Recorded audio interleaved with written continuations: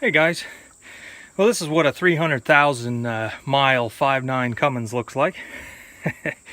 This was my daily driver when I was working off the farm, and now it's pretty much retired as a farm vehicle.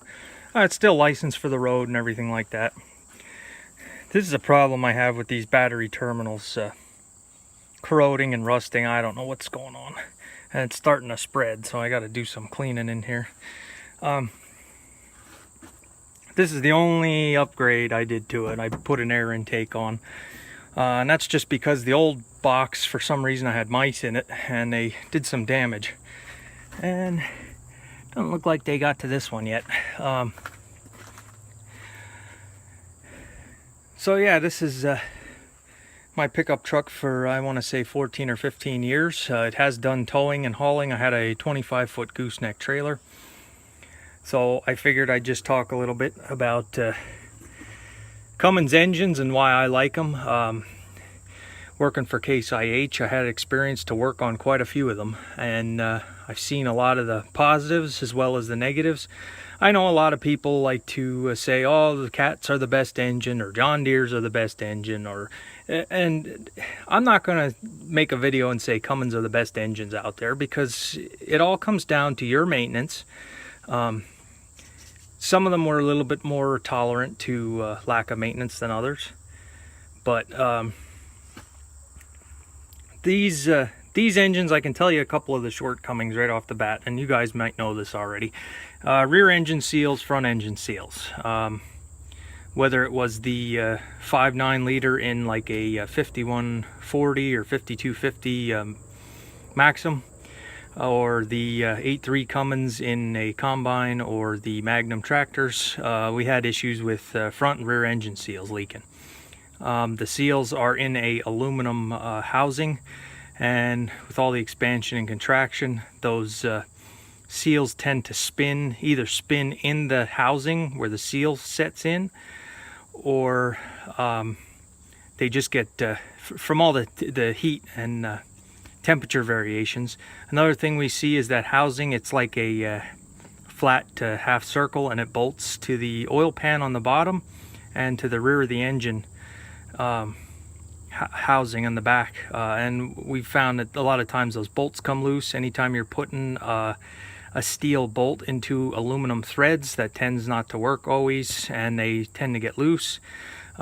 Magnums especially, because there's a section that's supposed to be dry behind the clutch housing, and there is a plug in there, and you really don't know that your rear engine seal blew out. You notice that the tractor is using oil, and you're having to put more oil in, and you take that plug out, and if engine oil comes out of that plug, your seal is out. And a lot of times when we split it and take that housing off, the seal's usually laying in the bottom that it popped. It worked its way right out. So they are leaky, front and back. I have a story about how tough they are as far as some of the abuse that they can take. I had a service call, and of course it was a Saturday afternoon. Saturdays were our short days. We only worked till noon. Guy called around noon. He had a Case IH power unit that was running the irrigation pump for his center pivot. I guess he irrigated potatoes. It's the only center pivot I've ever seen in person, but he had an irrigation power unit with a 5.9 Cummins that was powering it, and he called up and he said it's just blowing black smoke. Terrible, it's smoking. He said the whole valley was full of black smoke from this engine. He was away for hours, and he thought it must have ran for hours like that it was just pouring out the black smoke. So we suspected turbocharger, so I got sent on the service call because it wasn't too far from my house. They're over in the next valley. So I took the service truck home and stopped on my way home, and we started it up, and it was like it was under load right from the start. Just black smoke pouring out of it. It still ran and was still pumping water, but it was, I mean, it was rolling coal. So I looked at the turbocharger, and it didn't fly apart, and he was very lucky that the turbo didn't fly apart, but it was the turbo was malfunctioning. So I put a new turbocharger on it and fired it up, and away it went. and he said that poor engine must have ran for hours like that it was working that hard. So that was one thing. They tend to be a little bit more bulletproof. They lug really well. Now what they are sensitive to is heat.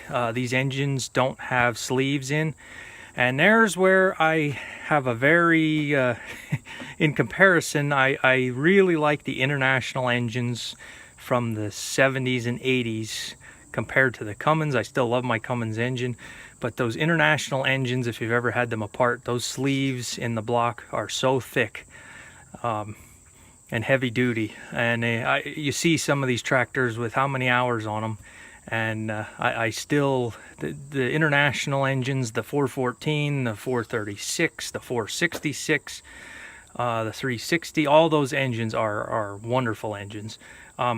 They have to watch with heat with the Cummins. There are no sleeves, and they tend to be a little bit more sensitive to heat. So, and as an example of that, we had a Case IH 5140 come into the shop, and the people that had it decided that they were going to take it apart themselves and diagnose the problem. Well, they didn't have a shed, so they did it under an oak tree, and you can imagine. First of all, they put all the parts in one bucket, so I had a bucket full of parts to figure out. Nothing was labeled or marked, and they took the head off, and they said they couldn't find nothing. They figured it was a head gasket.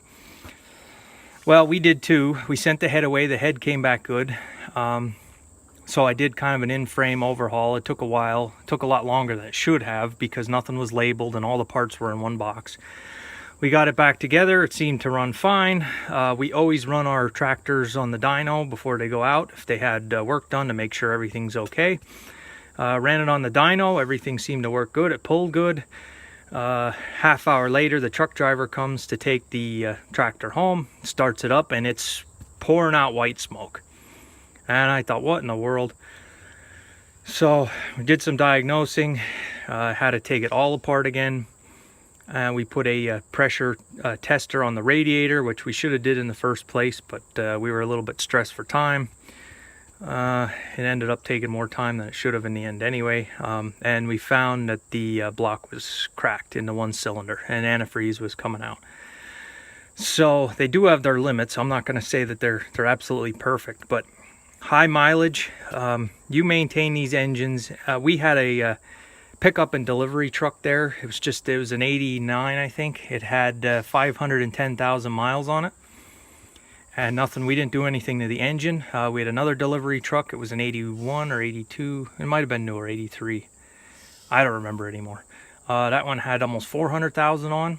Our service truck had a 5.9 Cummins. That had 200,000 miles on it. I would never buy a V8 diesel. I don't know what it is. I don't like V8 engines in vehicles, and I don't like V8 diesels. All you have to do is go to a tractor pull and see that V8s, they sound nice, they're roaring away, they start off real good on a sled, but when it comes down to the lugging, they just don't have the lugging ability and the torque that an inline six is going to put out. I mean, those are my thoughts. I know you Ford and Chevy guys might not be happy to hear that, but my buddy has a local garage, and he said he's soon going to stop working on Duramaxes because he's ready to pull his hair out with the Chevy engines anyway. Compared to a Cummins, just because of the simplicity. So, yep, those are just some thoughts on why I like these engines, and this one I think has a lot of life left in it yet. So I didn't really do anything to modify it, and I probably won't. And if the truck won't pass inspection anymore, if it ever gets to the point where it's too rusty, you're going to see a video, and mark my words on this, you're going to see a video of this engine coming out of this truck and going into an international tractor. I am going to do a Cummins International Conversion. It's something I've been wanting to do. Now this is the 24 valve. It has the computer controlled VP44 injection pump, and I can do a swap back to the old style. Easy enough. And the key is to buy an international tractor that is in real good shape if you're going to spend the time and money to do this. What I actually have in mind is like an 856 gas. There's an 856 gas tractor that sold for, I think it was about $4,000, and it was just beautiful, a beautiful looking tractor, well maintained. But those big 6-cylinder gas engines and farm tractors, they just don't bring the money. So that would be a good candidate, something like that, to put this Cummins in. So thanks for watching, guys.